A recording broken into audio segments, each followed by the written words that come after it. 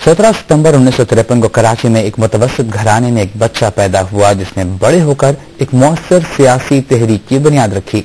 एक इनकलाबी तालिब इल्म से MQM के कायद बनने तक अल्ताफ हुसैन के सफर ज़ीस्त का अहवाल सुनते हैं कराची से हारिस तौहीद की रिपोर्ट में। You don't know how much I love you all. मुत्तहिदा कौमी मूवमेंट मुल्क की बड़ी जमातों में शामिल और सबसे बड़े शहर कराची की सबसे ज्यादा वोट बैंक की हामिल पार्टी है MQM, वो सियासी तहरीक जो अल्ताफ हुसैन के महवर के गिर्द घूमती है। मुत्तहिदा का जब भी नाम लिया जाता है तो एक ही शख्स के जहन में नमूदार होती है और वो है MQM के कायद अल्ताफ हुसैन।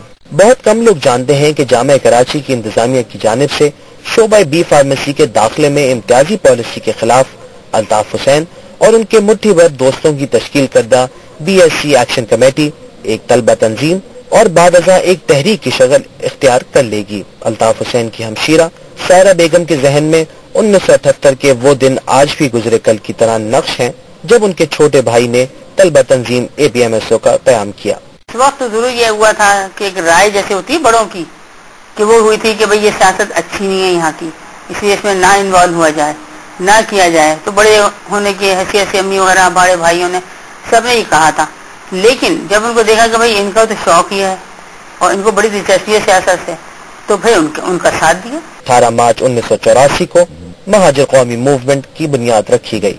अवामी हिमायत को सबूत उस वक्त मिला जब 1987 के बल्दियाती इंतखाबात और 1988 के कौमी इंतखाबात में कराची और हैदराबाद से MQM के अरकान ने इक़्तिदार के ऐवानों में पहली मर्तबा कदम रखा। पुराने साथियों के मुताबिक अल्ताफ हुसैन दीगर कायदीन के बरक्स हर मामले में अपने दोस्तों और कारकुनों से मुशावरत करते हैं।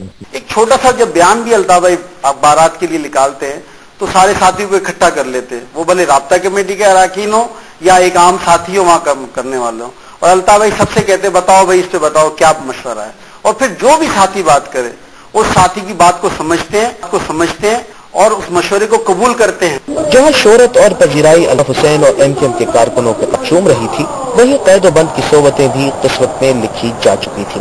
MQM के कायद 3 दफा जेल गए, ताहम अवाम के पुरजोर मुतालबे पर रिहा कर दिए गए।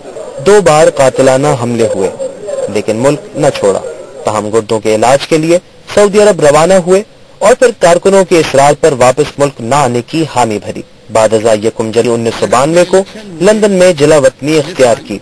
वतन से जुदाई का दर्द कम था कि 19 जून 1992 को MQM के खिलाफ फौजी ऑपरेशन शुरू हुआ, जिसमें मुतादिद कारकुनों के साथ अल्ताफ हुसैन के भाई और भतीजे भी जा बहक हुए।